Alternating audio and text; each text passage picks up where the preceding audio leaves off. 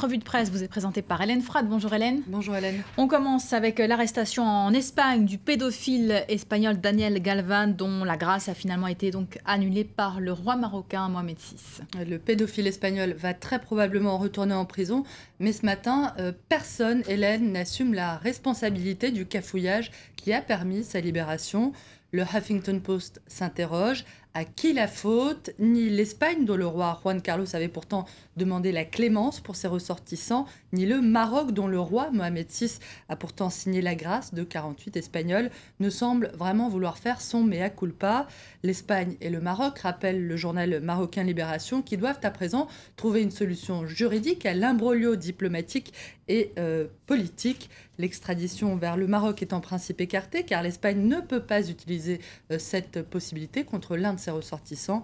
L'Espagne, où l'audience nationale, qui est la plus haute juridiction pénale du pays, pourrait finalement poursuivre le pédophile.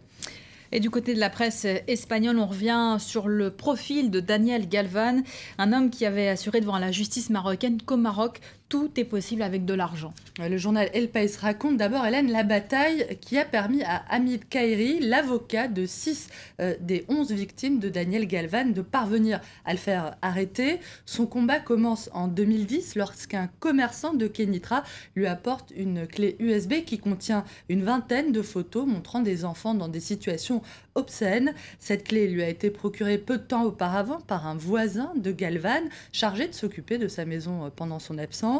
Galvan était retourné en Espagne pour faire renouveler son permis de séjour au Maroc et il avait demandé à ce voisin de brûler un certain nombre de documents qui se trouvaient chez lui, au lieu de quoi le voisin en question les avait copiés pour ensuite tenter de les monnayer. Ce sont ces documents que l'avocat Hamid Khairi présente enfin à la justice marocaine. C'était il y a 3 ans. Interrogé, Hélène, également par El País, l'un des avocats de Galvan décrit quant à lui son client comme un homme à la personnalité double pour lequel il avait plaidé la schizophrénie. Un homme qui avait demandé, non pas, affirme-t-il, à être libéré, mais à bénéficier d'un suivi médical en Espagne. Galvan qui avait réussi à se faire adopter de quelques familles pauvres de Kénitra avant d'abuser de leurs enfants. Daniel Galvan, Hélène, qui a tenté un jour seulement après que sa grâce a été prononcée de faire annuler l'amende de 4 400 € qu'il avait été condamné à verser à chacune des familles de ses enfants, sans succès cette fois. On s'intéresse maintenant aux événements en Tunisie où l'opposition appelle aujourd'hui à une grande manifestation à Tunis contre les islamistes au pouvoir. La fracture entre islamistes et laïcs en Tunisie en particulier, dans le monde arabe en général, fait l'objet d'un grand dossier dans le journal français Libération. Libé qui constate que partout du Maroc à l'Égypte, en passant par la Tunisie, les islamistes peinent à l'épreuve du pouvoir. Le royaume de Dieu reste dans les cieux, écrit le journal, qui demande à Enarda de renoncer à son projet totalitaire, je cite, de détenir tous les pouvoirs et d'imposer sa vision de l'islam.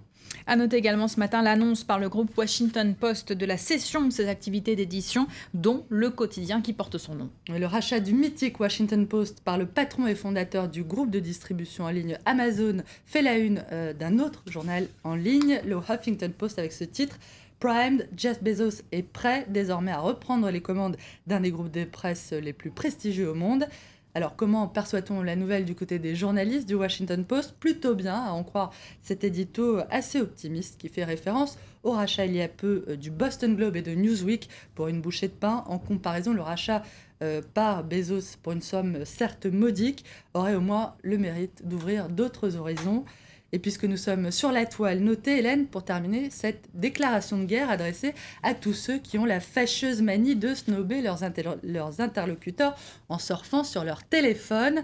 Vous savez, ces gens qui partent d'un grand éclat de rire au milieu d'une conversation et qui vous expliquent que ce n'est pas de votre blague qu'ils rient, mais de quelque chose qu'ils ont vu sur leur téléphone. Je pense que vous voyez de qui je parle. Cette manie, Hélène horripile, un jeune Australien de 23 ans, qui a créé un site pour partager les techniques qui permettent de stopper cette fâcheuse habitude.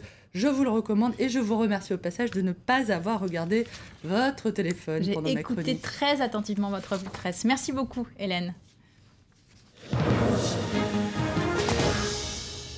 L'information continue sur France 24. Restez avec nous.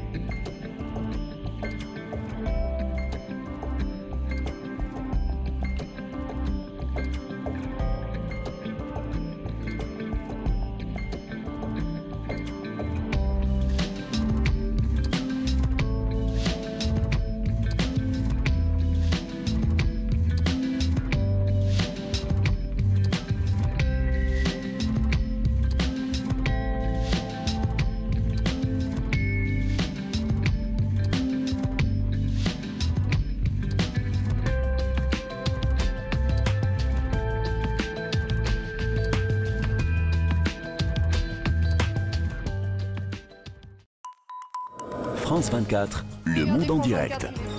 Un réseau mondial d'observateurs, 35 nationalités, une seule rédaction, 1000 correspondants sur le terrain pour vous offrir le meilleur de l'actualité. France 24, l'art de vivre à la française. Une information sans compromis sur la société, l'environnement, la santé. France 24, un ton original, un autre point de vue sur le monde.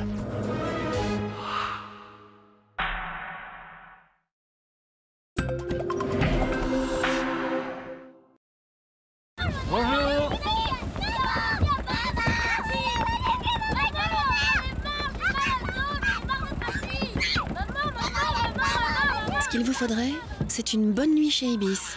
Cet été, profitez de 15 € de réduction dans plus de 370 hôtels partout en France. Réservez vite sur ibishotel.com.